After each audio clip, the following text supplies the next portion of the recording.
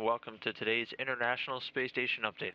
You're joining us here in the International Space Station Flight Control Room in Houston, Texas, where the Orbit 2 team is currently on console monitoring each of their respective systems on board the orbiting outpost. They're monitoring the systems on board for the crew of Expedition 31, who's currently up there in space. Starting on the left, we have NASA astronaut Don Pettit, and in the middle, Expedition 31 Commander Oleg Kononenko from the Russian Space Agency. And on the right, we have European Space Agency astronaut Andrei Kuipers, also a flight engineer on this expedition crew.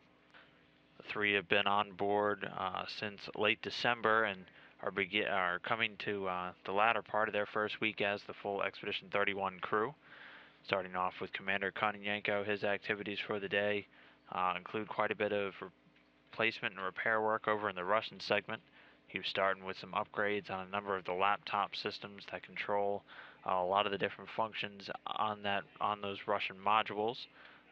Moving through three of the main Russian laptops and giving them some software upgrades.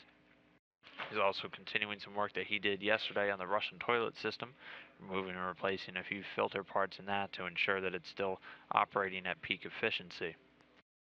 He'll also be doing some cargo transfer work with the 47 Progress vehicle, which has been docked to the station for some time now, delivering supplies to these expedition crews, and also doing some work on the Electron system, which works to generate oxygen for the astronauts to breathe on board the station.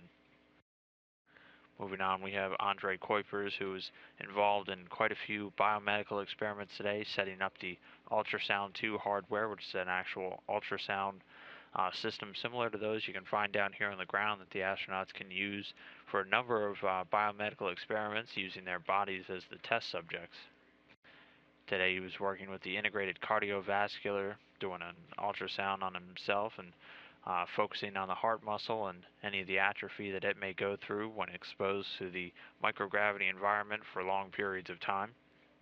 He was also taking some ultrasound images of his veins throughout his arms and legs for the vessel imaging experiment study, which looks to evaluate the changes in thickness and compliance of the blood vessels in these astronauts, again during those long duration space flights during and after long-term exposure to microgravity.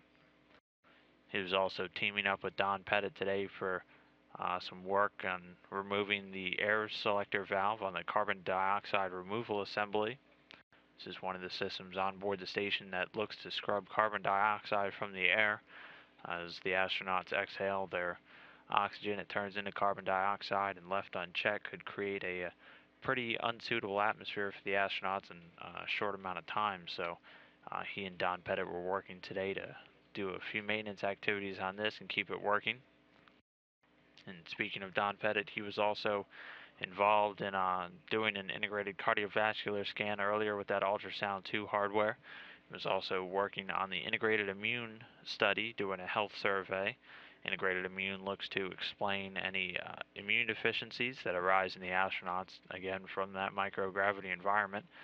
And he was also working on the carbon dioxide removal assembly. And then following all this, a little bit later today, he'll be setting up the VO2 Max hardware for testing tomorrow.